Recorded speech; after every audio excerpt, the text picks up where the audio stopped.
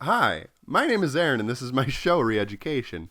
And today I'm going to talk about a topic that is, for some reason, very controversial. I mean, people on the left understand what it means, and actually people on the right understand what it means too, but it's something that we have a difficult time explaining. And that, of course, is the word microaggressions. Of course, here I'm talking about the word. The definition of the word is fairly uncontroversial. The definition is kind of, in an underhanded way, in a discreet way, being a bigot, being a jerk, being a dick, making fun or discriminating against somebody because of their race, creed, color, religion, what have you. A more subtle example would be referring to women who are in positions of power as being bossy when they ask you to do your job. That's very subtle, but given the context of the whole situation, it ends up being somewhat offensive. It's not something that most people think is necessarily bad, at least on the right. They think that it's, just general ribbing, being human, being normal.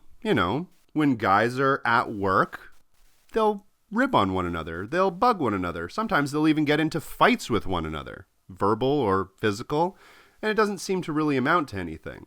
Of course, whenever a woman tends to show any kind of authority or power in the workplace, now all of a sudden we have problems. Now all of a sudden, men with their sensitive little egos can't fucking handle that. So they resort to name-calling, calling them bossy. Ouch. Now, of course, these microaggressions, after a long period of time building up, tend to turn into a toxic environment.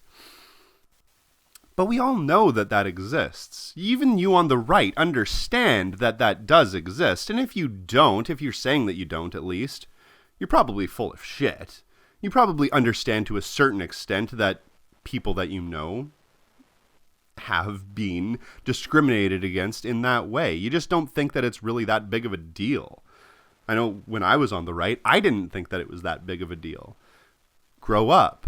That's life. Sometimes things are difficult, sometimes things are hard. Of course, when you have a systemic problem, when you have a system that preys upon the people that are marginalized, of course you end up in a situation where those people are having things like microaggressions happen to them. But my video today isn't about microaggressions. It's about leftist language and how that is portrayed to people on the right. Now, when people on the right hear, or people in the center for that matter, hear someone use the term microaggression, they don't think of the definition. They don't think of somebody saying something that is discriminatory under their breath or in a casual way that makes it seem nonchalant. They think you're calling them a racist for saying something that they see as being normal. They just simply think that you're being a triggered cuck. That's it. They think that you're getting butthurt about something that barely even exists, and if it does exist, it's so far down on the ladder of importance that it's not even worth mentioning.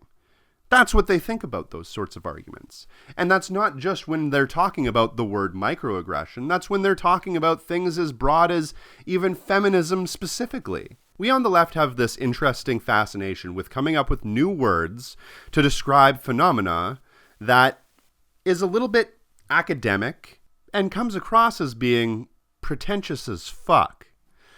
Now, I don't have a problem with any of these words. I think that they're fine. Toxic masculinity is another example of this, and I use the word toxic masculinity quite often. When I'm talking about toxic masculinity, I'm not saying that all masculinity is toxic. That's fucking stupid. What I'm saying is there are certain aspects of masculinity that are toxic and that we should try to get rid of them. But that's not what the people on the right hear. Just like when they hear the word microaggressions, they think you're calling them a racist. When they hear toxic masculinity, they think that you're calling them a fucking sexist. And it's not very difficult to see why. I mean, a lot of people on the right don't understand the framework in which we on the left are talking about. They don't understand that we are coming at this from an understanding, from a viewpoint, from a lens that is completely different from the lens that they are viewing things from. A lot of the time, we're talking about the same thing. A lot of the time, we have the same arguments, the same problems, the exact same accusations. We're just doing it in different ways. We're just using different words. We're just making it more difficult for us to actually communicate with one another. We're creating our own separate little language, and the right does this too, so we can't actually even communicate with each other. We can't actually even get around the words in the first place to be able to say the things that we want to say. And I think that that's a huge problem and a huge reason why we're having such a divide amongst people right now. We just simply do not have the means of communication to express what we are feeling. A lot of people that are in the anti-SJW community, if that even still exists, or the alt-right or the alt-light or whatever, actually have a lot of the very same criticisms of capitalism, of hierarchy, of the structure that we do. They just simply look at it and come to a different conclusion. Innuendo Studios, of course, did a great video on this called White Fascism, and I suggest that everybody take a look at it. But again, that is looking at things through a leftist lens, even though it's a critique on conservative ideas and fascist beliefs. It's still looking at it through the view of a left-winger. And unless you've been on the other side, unless you really actually have been there and you know what these people are talking about, then you're still just kind of LARPing. You don't know what the fuck you're saying. You can do all the research in the world on how to be a trans person, but until you are a trans person, you're really not going to know what the fuck they're talking about. You can try, but you're never going to know 100%. This kind of division is inherent to the system. It's a part of the system. It is not a bug. It is a fucking feature. They make sure that we are constantly at each other's throats. If there is a divide between the left and the right, then that means that we will be fighting one another and not fighting the fucking system that is killing us all, that is keeping that boot on our necks. We have this innate fucking problem where we decide that we want to abuse and criticize and demonize everybody that's not like us, everybody that's somewhat different, instead of actually giving them a chance, giving them a second and listening to their actual problems. Leftist language is one of the biggest barriers that we have to face right now. In the Bible, and I'm saying this as an atheist, there was a story called the Tower of Babel. It talked about how all of the people in the community got together so they could build a tower to heaven. They did so because they were able to communicate with one another. They all got together, got all the stuff they needed to build that tower, and they went to work building it. And they got pretty high, too, until God realized what they were doing, and he was like, you know what? I really don't want you motherfuckers walking on my lawn. So he decided to cast a spell and make sure that all of the people in that community were unable to talk to one another. It's kind of an allegory on how everybody in the world has different languages.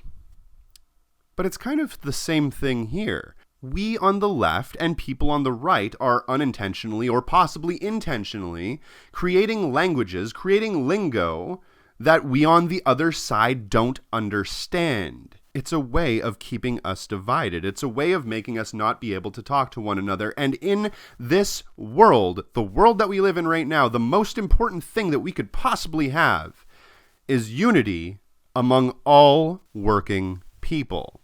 Not just the right, not just the left, all people. If we don't have that, then we're not going to have the strength in numbers, the power, the ability to be able to actually feasibly take the system and replace it with something better. We're just going to be always playing second fiddle to the ones that are in control. We will never be able to create that dual power structure if we don't have 50% of the population on our side. Now, I realize that a lot of people out there don't want to spend their time trying to learn the right's language, or if you are a right-winger, you don't want to spend the time learning the left's language, and I get that. And if you're in a marginalized group, or a group that's being discriminated against, the last possible fucking thing that you would even think about doing would be to talk about these issues and have to bring all of this shit up again. It's obvious that sometimes you've just made those arguments so many times, or you've had that bullshit fucking thing said to you so many fucking times that you just don't want to put up with it anymore, and I get that.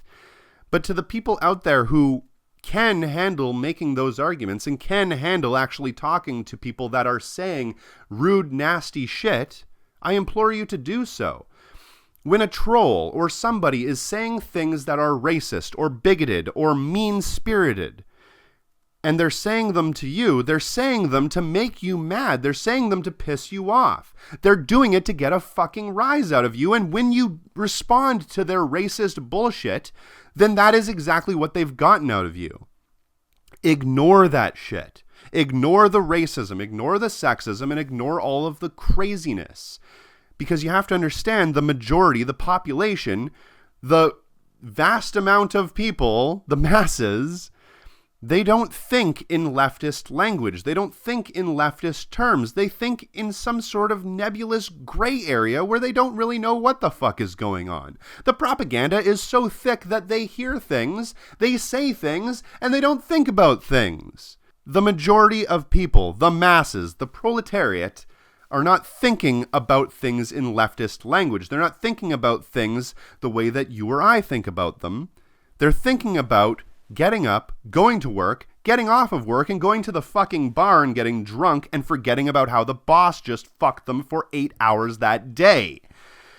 They're not thinking about microaggressions. They're not thinking about toxic masculinity because they don't have the time. The propaganda, like I said, is thick. Sometimes it's hard, if not impossible, to see through it. And when we don't understand that, when we're looking at all of these topics through the lens of leftism, through our specific rose-colored glasses, we have a hard time understanding these people because we don't realize that they are not us.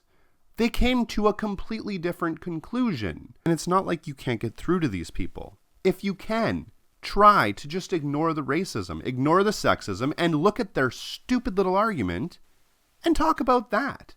Be nice, be cordial, be a civilized person and actually give them a minute to explain themselves. And maybe if you ask enough questions and you try not to force your opinion on them, you might be able to plant some seeds. You might be able to, I don't know, lead them by their silly little ears to a body of water, and they might be able to actually take a drink. That's the idea here. You're never going to be able to convince anybody of your point. You're never going to be able to say to somebody, hey, you're being a fucking racist, and that's going to immediately convince them to stop saying racist things. That's just going to embolden them and make them think that you're an idiot. So instead of doing that, try to discuss these topics with them. And if you're not comfortable with it, then don't. Just ignore them.